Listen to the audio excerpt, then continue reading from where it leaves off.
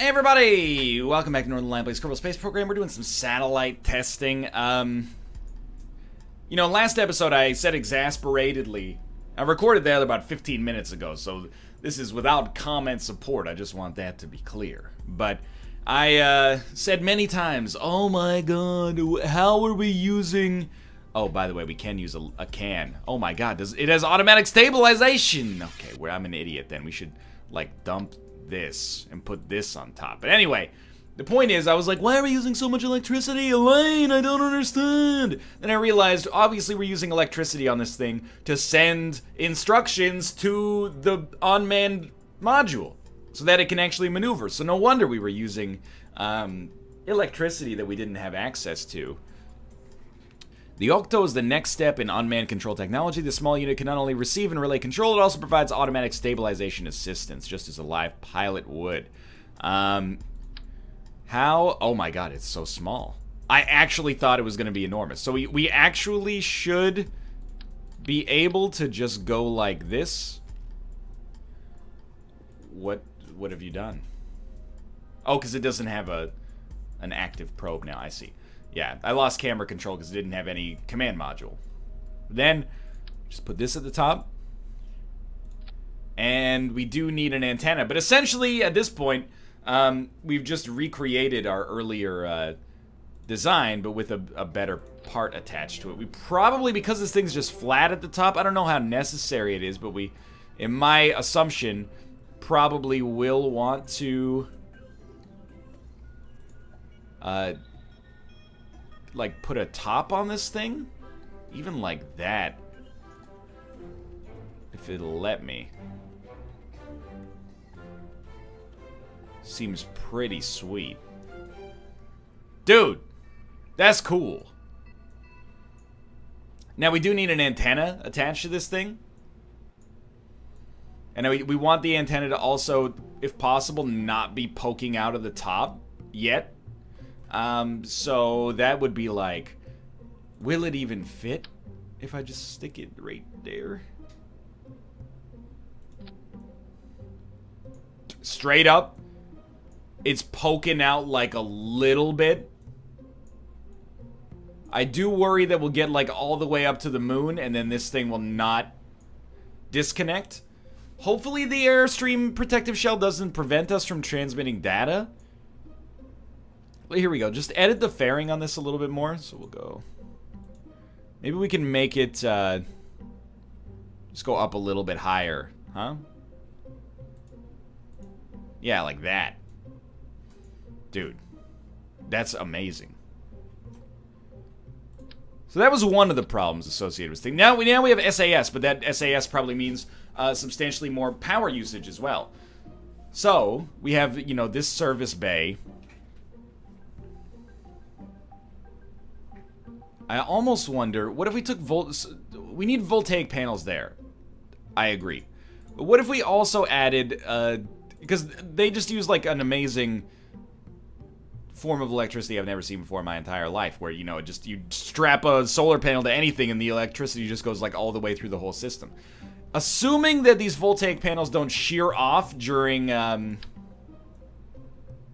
atmospheric escape, that might do something for us. I'm not saying it will, just that it might. And we can try to put this bad boy in orbit. Now, I know we lose these before the final stage, but we also have these four up here for when we inevitably get rid of this. So, I do want to give this a try. Let's give this a shot. Now we have SAS. We have markedly, hopefully, improved our design.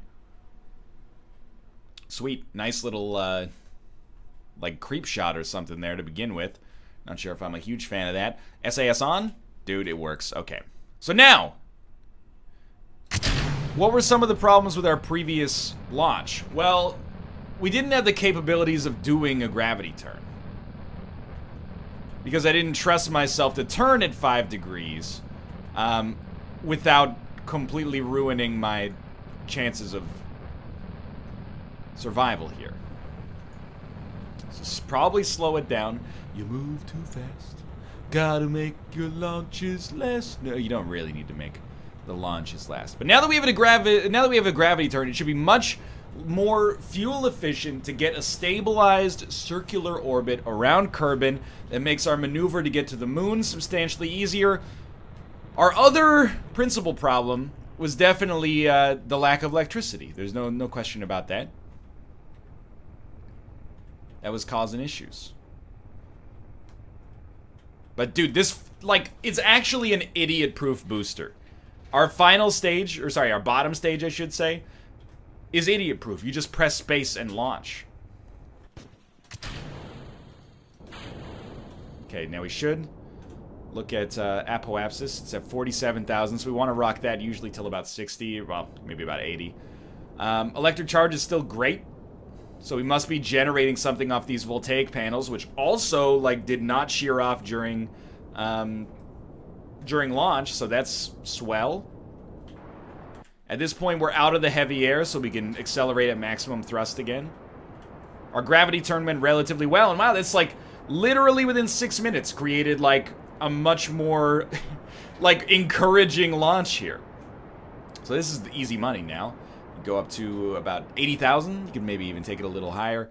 And then around here, we're going to add a maneuver that burns us at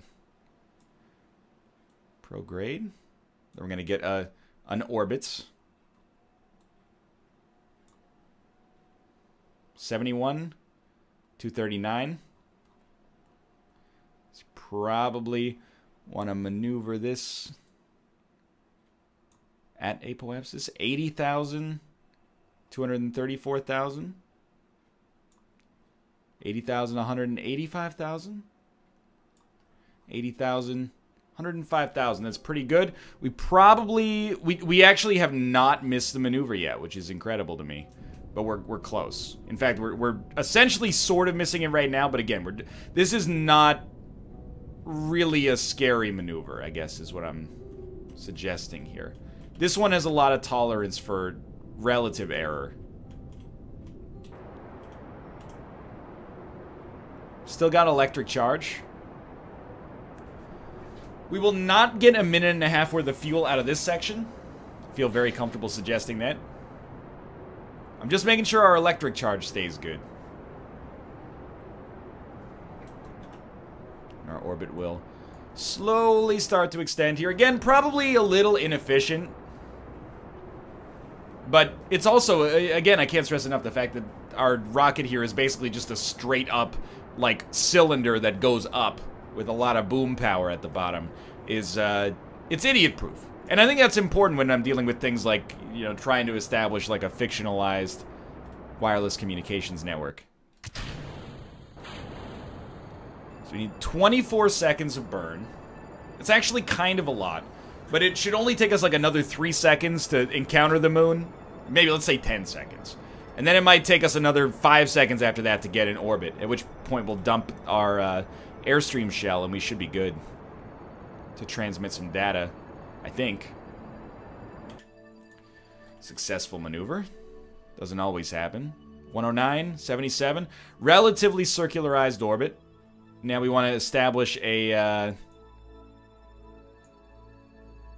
maneuver on the prograde that encounters the moon.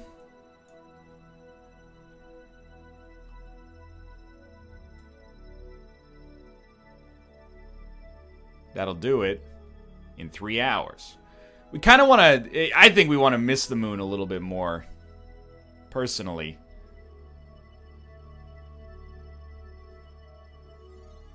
Yeah, I don't like that one.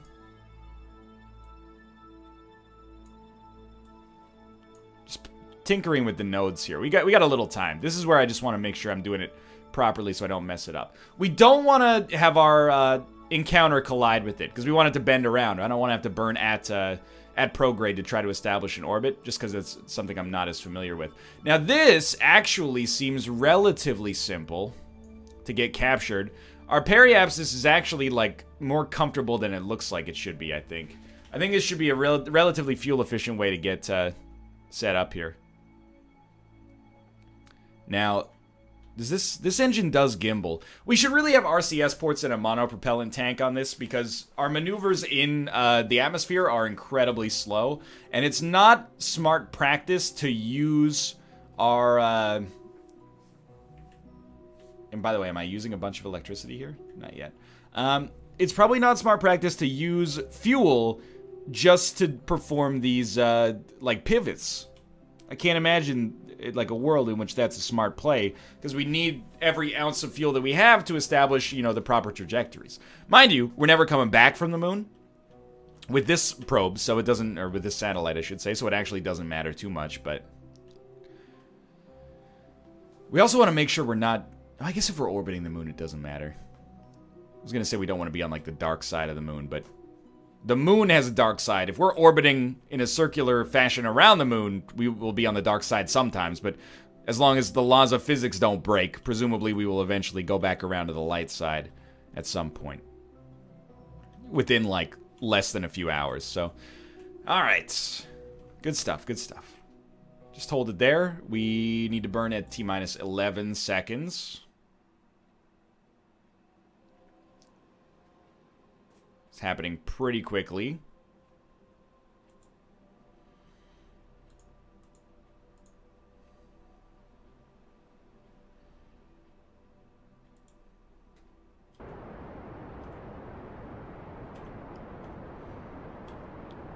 Once we get unmanned probes that can be as good as like a level 2 pilot, or are they level 1? I can't remember. Basically, to be able to burn on prograde and retrograde nodes, I'm going to be an extremely happy boy.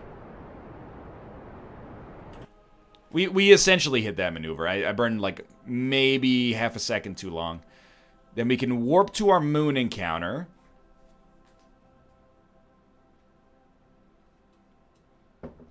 And if we burn retrograde, we should be able to establish a pretty easy orbit here.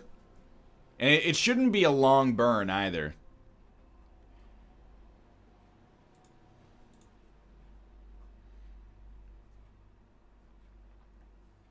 Okay, so at here, we'll add a maneuver, burn retrograde. Oh, that's... what? Delete, delete, delete. Okay. That was... something happened to my brain there? I got a little confused. So we're going to burn retrograde.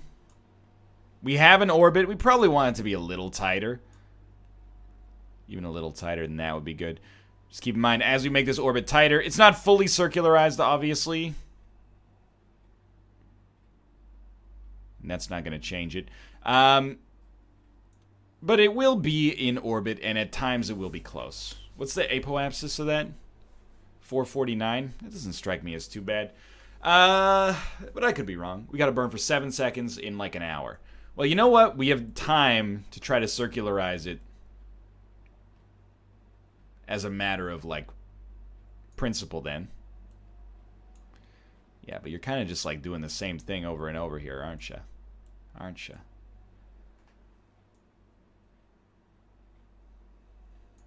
If you just do it a little faster. Damn, baby. I can't do it that fast, but I know someone who can.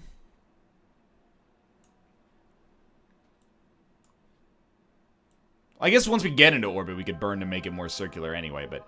Alright. Just make sure you're not colliding with any mountains there. That should be fine. Burning for 7 seconds in an hour. Let's do the legwork and put ourselves on this maneuver node right away. We do have control, but it's weak signal strength. If we extend this antenna, it's gonna... you know, shoot through the surface of the cone, which is relatively frightening to me, but as long as we're not on the dark side of the moon, we can issue commands. Like, it should still be in range of our communications network, is what I'm suggesting at the very least here. These might not be, by the way, the most efficient satellites ever made, or the greatest song in the world. It may just be a tribute, but... this is largely done freehand, so I'm a little proud of myself. I'm not gonna, you know, pat myself on the back so hard I might break my spine, but At the same time, with the dope rhymes that I kick, you know and I know, I float some old funky stuff. So we want to burn at T-minus 3 seconds. I'm just saying I'm relatively pleased that, like, to some extent, I'm using science, baby. That's what Jesse from Breaking Bad says. Science, Walter?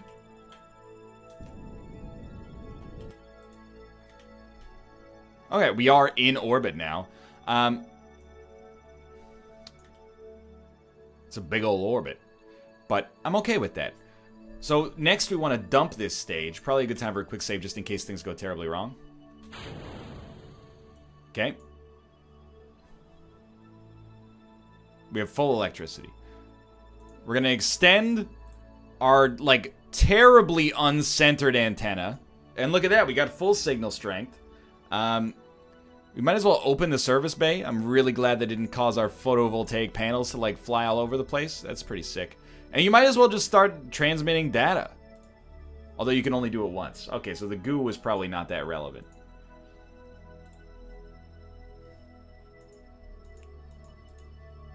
What about, where's our thermometer?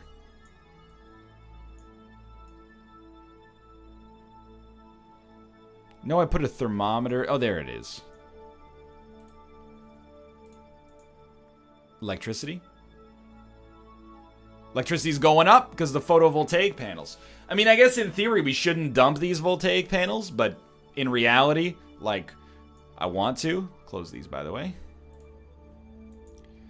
In reality, I want to because I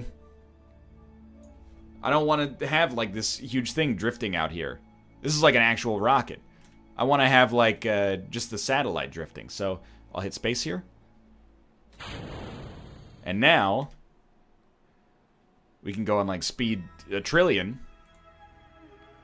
This thing's just going to fly about here. Okay, so now we have a lunar satellite as well as a Kerbal satellite. Great work, team. So the final stage of what I'm going to do here, because I think at some point I should stop just mindlessly putting satellites into orbit, because we're going to need, you know, it's probably just an exercise in academia at this point. We should try to get a satellite in orbit of Minmus, because this tests a lot of our skills. It's like I'm practicing for a Kerbal Space Program exam at this point. Minmus is further away. It might actually be a valuable spot on our communications network. I don't know, because it's quite distant. And we have to do some inclinational stuff. Our rocket design is going to have to be better in order to make it happen, etc., etc. So, as far as I'm concerned, these might seem, by the way, like they're failed missions. They're, like, absolutely not failed missions. We'll just warp to the next morning. These are going exactly as intended. And I'll just go to my tracking station here. You'll see. You'll all see.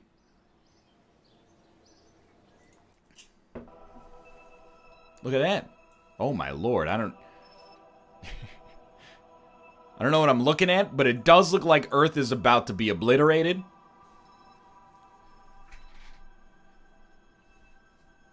I don't know why this keeps swapping, but anyway. So yeah, we're gonna try to get a satellite into Minmus orbit next, which is actually like a multi-stage problem, I think. Electricity's fine. Genuinely. But I think we need a better rocket design, because we did use, I mean, we didn't use almost all of our fuel, but we used more than I would have liked. I actually think that, honestly, adding a single fuel tank will do this. This is not me forgetting about how asparagus staging actually works, and I'm being honest with you there. It's just me thinking, like, this thing is almost capable of getting us to Minmus already. Do we really want to add in, like, a second stage here that's, like, twice as wide or 3 times as wide? Or do we want to add a second booster on the bottom here? Well, let's read up on these boosters here. Oh, I mean, it is just a liquid fuel engine. Does it come with its own fuel tank then? Or am I draining this? That doesn't seem right. Oh, yeah, it comes with liquid fuel. It's not as efficient. Oh, and it's very expensive. What do I care about the cost of these? Are you kidding me? Well, if it's a liquid fuel engine, then in theory, there's no reason, like, why asparagus staging wouldn't work with it. So let's give it a try. I mean, this could be expensive, but also, like, a great design for us in the future. Potentially? I don't know. So we'll just do... I mean, even, like, one set of asparagus staging. We don't need 3 of these engines, I guess is what I'm trying to say. Or what if we just had one of those, and then we had, like... Because, I mean, A, expensive, but B, also, probably, like, mildly unnecessary. And then we had, like, 2 of these mounted with, like, skippers attached to them. How much fuel do these have? Oh, that's wrong. Yeah, so 2 of these has the same amount of fuel as 1 of these. 1440 times 2 versus 2880. So that seems... Did I actually do something, like... relatively well-reasoned, if not intelligent? That's very surprising to me. Aerodynamic nose cone, right, we need the adapter first, or maybe we don't. And then, are these connected to the hydraulic detachment manifolds? They certainly appear to be. I've been wrong before. We need, fuel lines that run here to here. And then we need to... Oh, it's too heavy. Oh, actually, it's far too heavy. Alright. What if we just put 2 more of these?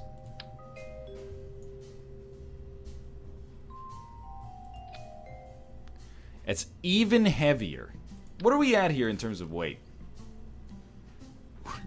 Like, less than halfway there, but the weight is 42 tons. Okay, well, I'll tell you what. Let's, it's not going to be symmetrical. But what if we have enough force attached to this bad boy that it doesn't even matter? This is where I'm starting to probably get a little silly, but I'm gonna try it regardless. Just one of these, and then one of these. Still under mass. Yeah, funny. Protective rocket nose cone. Then the idea is we have a... like that. So, how does this work? Well, first, let's get the control surfaces and etceteras attached. I don't expect this to work, but I do want to experiment with it. I guess is what I'm gonna say to try to protect myself early here, is that I don't necessarily expect a 10 out of 10... Yeah, that doesn't look right. Expect a 10 out of 10 rocket launch here.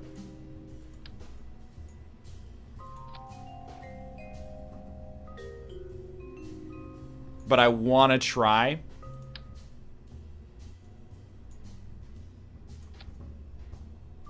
I don't even know if we want. You see my issue here is that, like, do I put winglets on this bad boy and then, you know, we don't even know if it's going to be around very long. Anyway, sure, set up the launch stabilizers. Yeah, that looks roughly correct. That's a joke, by the way. So we want these 2 engines to both fire at this same time. Then this decoupler. Then everything else should be relatively normal. So I don't even know if this thing will stand on the launch pad, but we'll give it the old college try here.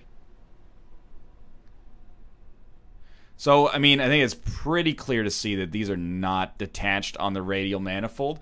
So, hey, good debugging process there. We're going to revert to vehicle assembly, which was 10 seconds ago. Now's the ultimate test. Does he understand? You got to click on the radial detachment manifold.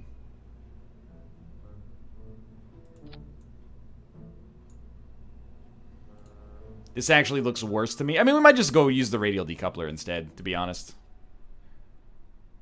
Same problem. Alright, revert to...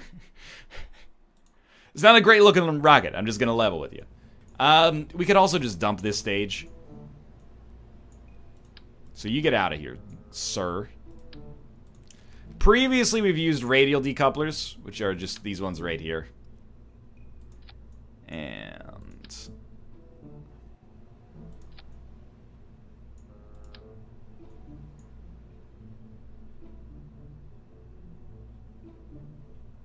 So, like, that's definitely attached, but I want to slide it down.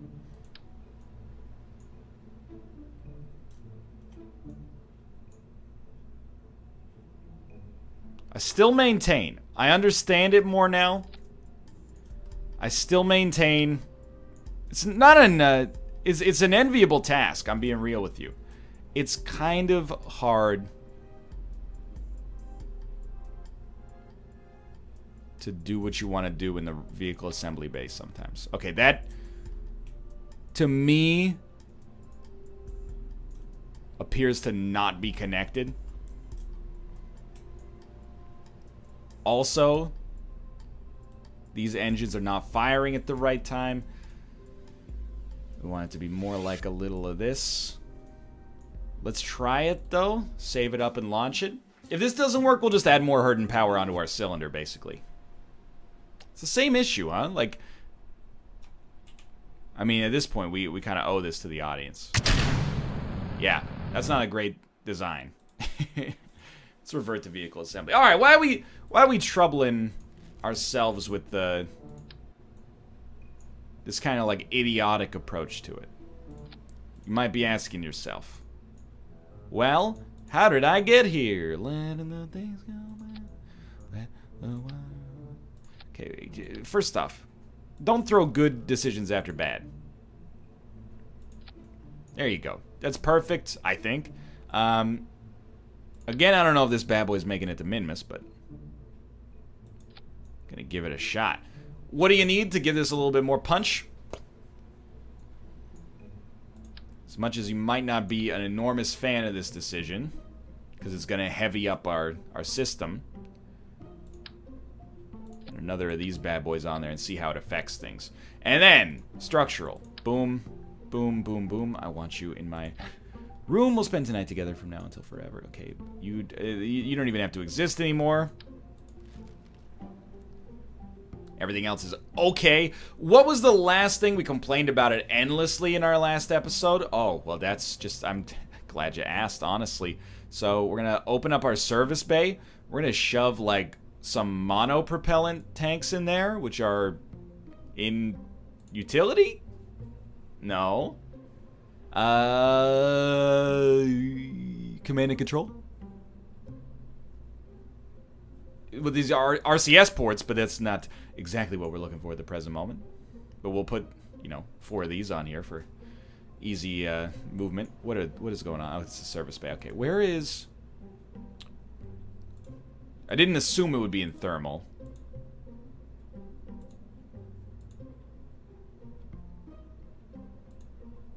Monopropellant tanks. Fuel? He's done it. Just shove, like, infinity of those. Oh, we don't even need... We can put them up here, even. Inside of this... Relatively inside of the safety of this thing. Now, it's probably way too much monopropellant. Close this bad boy up. Close it up. Should these be higher up? Maybe, but we need these predominantly for angling before we get into orbit, I think. So, I think this is okay. The last thing we're going to do with this hideous monstrosity is edit our fairing again. Like this stage. And we're going to just take it up a little like this. And then we're going to take it in. Maybe a little bit gentler than that. Okay, you gotta admit, it looks pretty badass. I don't know how this is going to go. I also didn't check our staging, so we'll do that quickly at launch here. I mean, what's the worst that could happen, right? It's going. It should be a little slower because of the fuel tank on the extra fuel tank on our next stage. This thing is wicked bottom heavy. But I got hopes for this, man.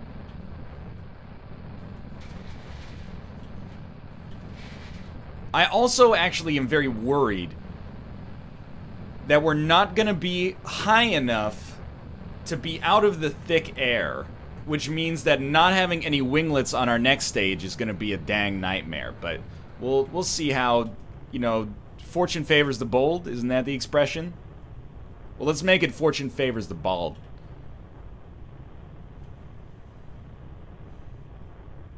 Seems like it's handling it okay right now. This is the tough part. This is our next stage right here. So we're going to press space.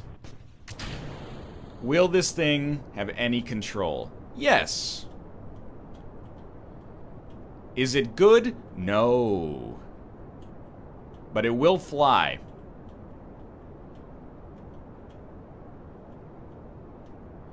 We gotta keep like a pretty diligent eye on this thing.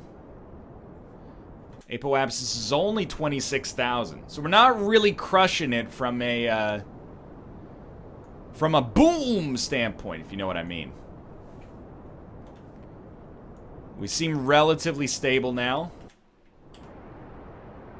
Pretty much out of the choppy air. Remember, like getting into orbit around Kerbin is like in order of how am I trying to explain this properly? In the order of which fuel magnitude is required. Getting off of the surface of Kerbin takes a ton. Getting into orbit around Kerbin takes a little bit less. Then moving that trajectory around the moon takes like no time. Moving it around Minmus takes actually negative time. Most people don't know that, but it's true. Take it from a real rocket scientist. You actually have to travel back in time to put your orbit around Minmus. So we're like accidentally just going into orbit here, which is maybe good. I don't know. It's weird. This is not a good, or it's not a traditional approach, but maybe this actually is the strongest gravity turn we've ever done. Although, to be honest with you, I doubt it. So we're trying to get our apoapsis to reach like 80,000. At which point we will add a maneuver that makes things easy, but we gotta hit that maneuver pretty quick. We also used more fuel than I would have liked here. But we've also circularized, or at least attached a vector to our orbit here that is a much greater trajectory than I'd normally have, which I think is a positive, actually. Still got a ways to go. Periapsis 72, apoapsis 97. Dude, that's pretty good. I might not mess with that. 73... 99, 74, and just get over 75 just in case. Okay. So in a minute, we want to burn. Give me RCS, please, so I can actually turn here. How much monopropellant do we have? Quite a lot. There's no monopropellant recharge, so we gotta burn at T-minus 40 seconds, which is coming up like immediately here. We're going to miss it by like 3 seconds. I think that's relatively fine.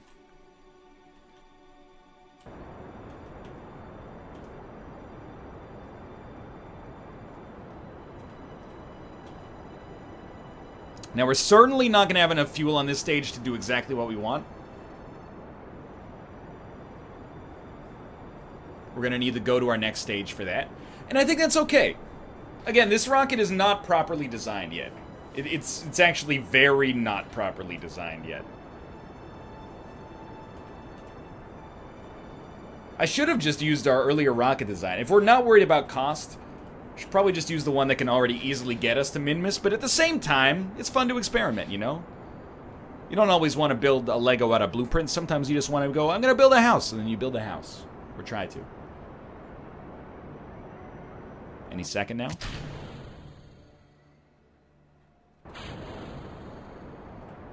So again, this is just the circular orbit around Kerbin, ideally.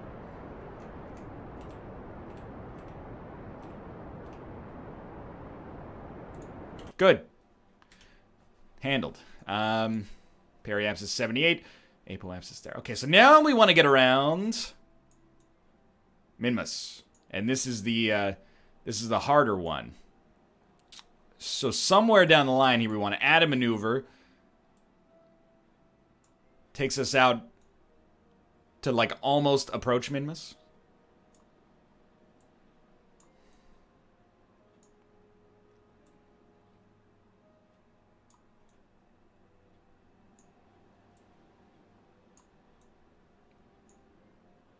Usually you just want to get like... Oh, first you set it as your target. Okay. Now I recall. So this... How far away is our maneuver? 9 minutes. It's a little close, but in real time, it's not that bad. And the target position is going to be here when we are here. So we want to maybe, at this maneuver, burn retrograde a little bit more. We actually got an encounter. No, you see, like, I want Minmus to be the... No, but I want the planet Minmus to be the... Yeah, okay, and you might as well focus if you want it. So we have the world's... we don't even have an encounter anymore, but we're close to it.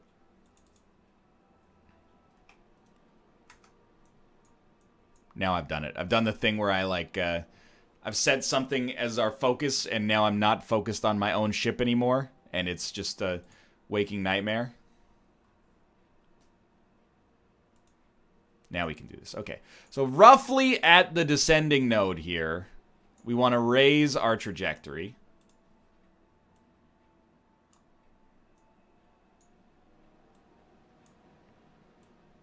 It's just so hard to see how long... We're actually in Minmus for 5 hours, which is really great. I think we should just keep it here. Because straight up, we're... a 5-hour encounter of Minmus is enough to put us in orbit. There's no...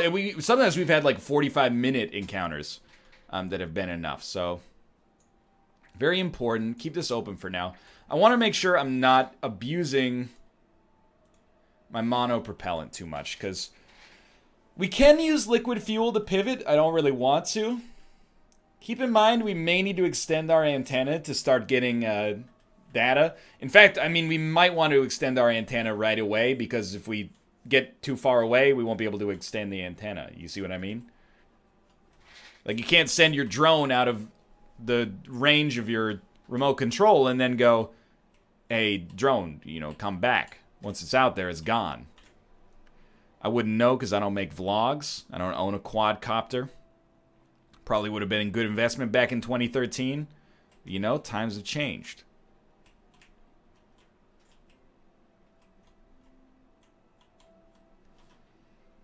Sick. There you are. Good job. Still got tons of monopropellant.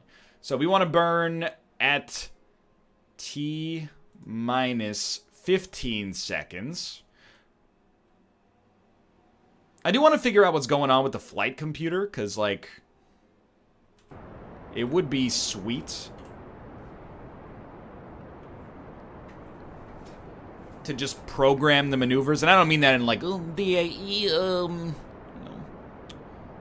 console.log, I am a elite programmer. But what I mean is, like, to just queue up the moves. That was cringeworthy.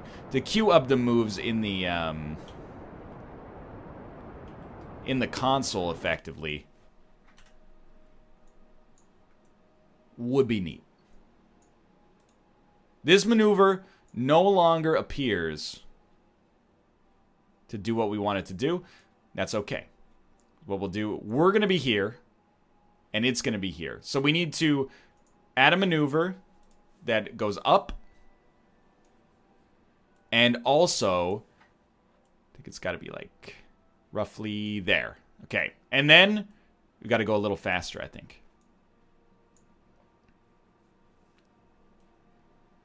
Yes, okay. Minmus encounter. Well, I mean, there's obviously a Minmus encounter. Is there a Minmus escape in there, and how far away is it? 5 hours. Encounter, Encounter, 0 hours, 55 minutes. Escape, 5 hours, 41 minutes. So again, it's a good maneuver. Plenty of monopropellant, plenty of fuel, and our burn is literally 0 seconds. So,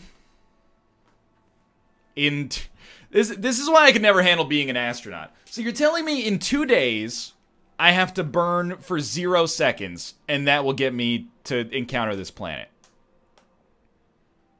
We only need to change our speed by 18.5 meters per second, which is, I mean, in outer space here, it doesn't take too much to get you to sneeze and accidentally send yourself to Jupiter, so.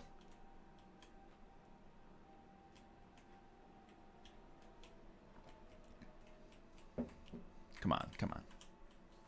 So we put way too much monopropellant onto this thing, no doubt. Okay, there you go. And then basically we just want to go at like 1,000 speed. We got 2 days to kill. And I think it's going to be a long, long time. We can go at probably 10,000. Wait, that was only 100 speed. This is 1,000 speed. Touchdown brings me back again to find I'm not the man they think I am at home. Oh no. Okay, that was going a little too fast. I'm a rocket man. Dude, I think you gotta extend this antenna.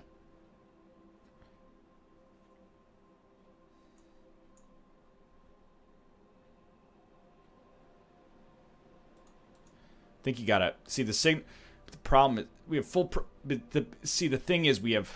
So the problem is we have 1% strength. Cannot deploy while stowed. Well, we got no choice then.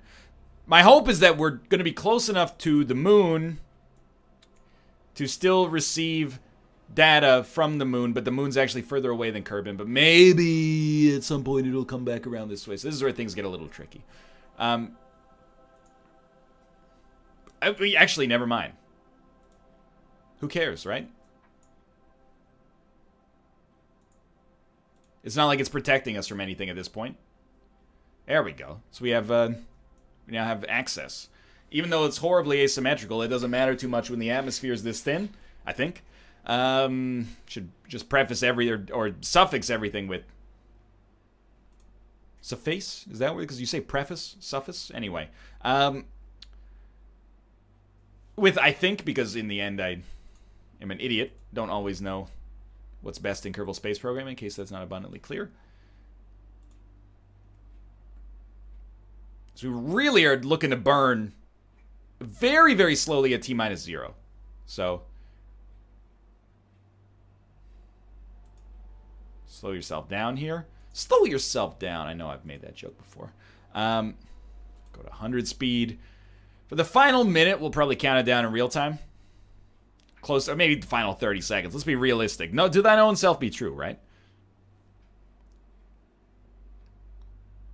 This would be a milestone for me. I'd be pleased. Okay, that's actually pretty good. So I'm just gonna gently graze the shift key when it says T- and then no character afterwards.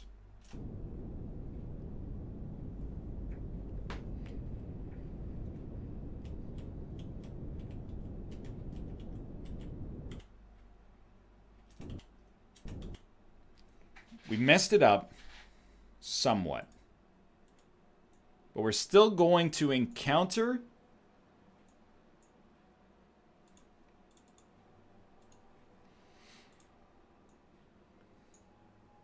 I think it's actually kind of hard to tell. Minimus encounter, 6 days, 5 hours. Where's the escape?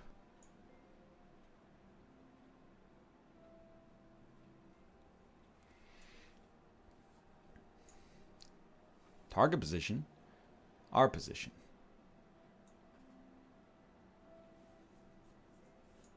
Well, I mean, we're here. What if we just add a quick maneuver?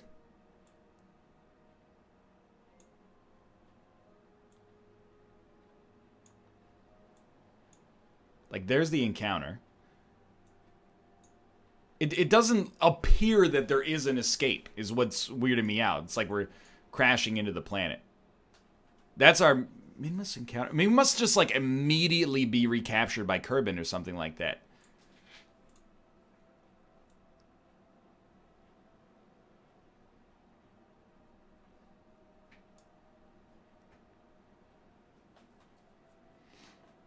I'm kind of, I'm closest approach. We're there. It's there. So we should, if possible, maybe just add a maneuver that takes us a little bit to the left.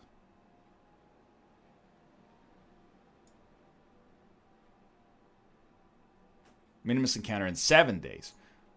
I feel like I'm losing my mind. Where's the escape?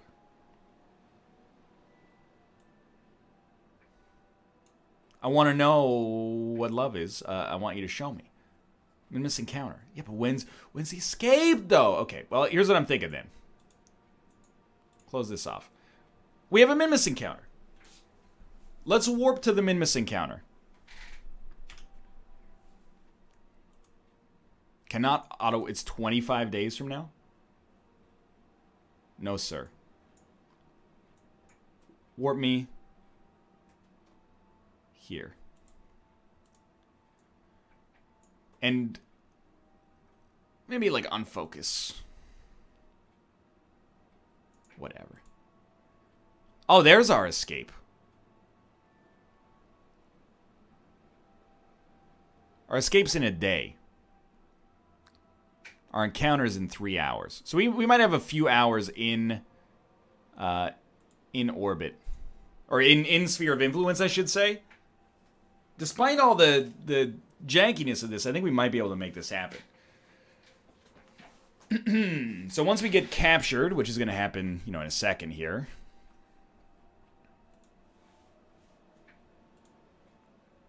I mean, come on. I mean, it's a cosmic time.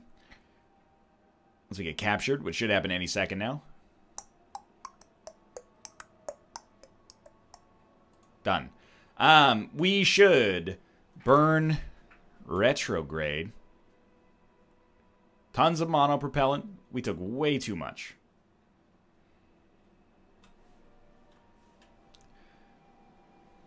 There's retrograde.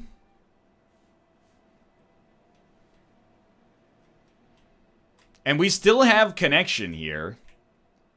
So again, I don't know if this is a necessary step for establishing our so-called communications network, but if we, in one episode, if we can get satellites around like every celestial body that we visited, as far as I'm concerned, that's pretty good. Now, admittedly, we didn't do one around Kerbal in this episode, but it's kind of like the easier one to begin with, right? So now we've proven we at least can have satellites function.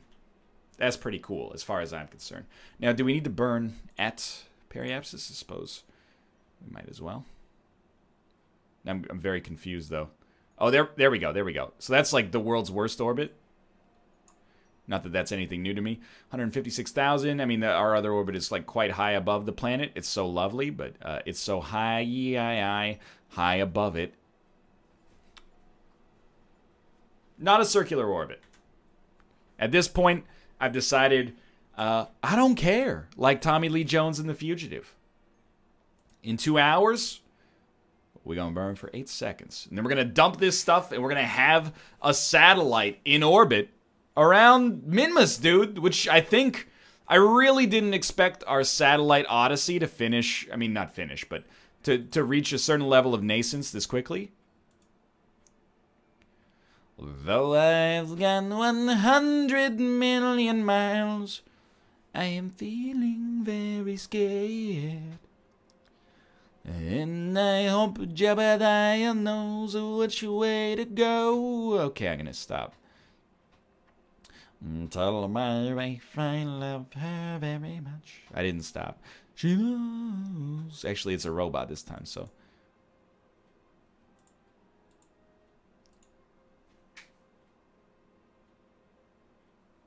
Be cool. Great work, team.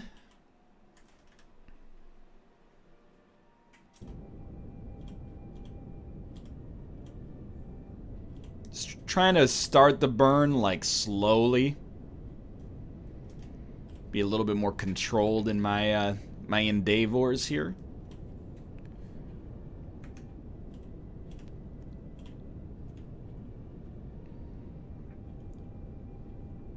Seems good, man. We're in orbit. Now, is it a great orbit? I would suggest the answer to that question is basically no. But we are in orbit. So let's crack open this service bay 50 minutes into the episode here. Log temperature. You might as well keep the experiment for now. Log pressure? Sure, why not keep the experiment? I don't think we've ever done mystery goo, though.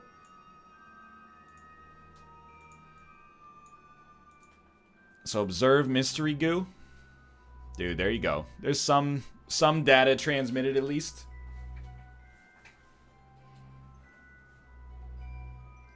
Now, admittedly, we're not generating any electricity here.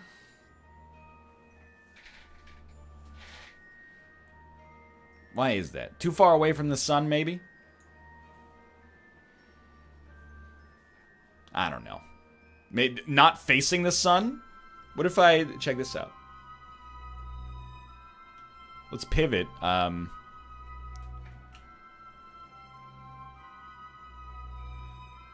Try to get our panels to face the sun.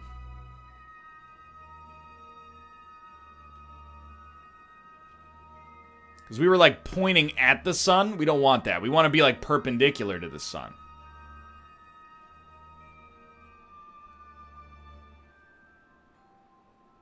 Like this.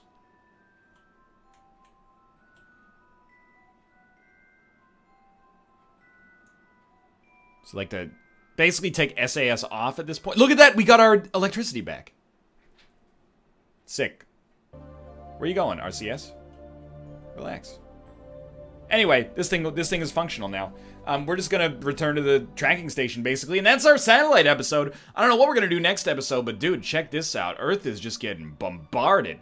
Hey, for now, thanks for watching. I hope you guys have enjoyed the episode. If you did, click the like button. Helps out a great deal. Of course, subscribe if you want to see more in the future.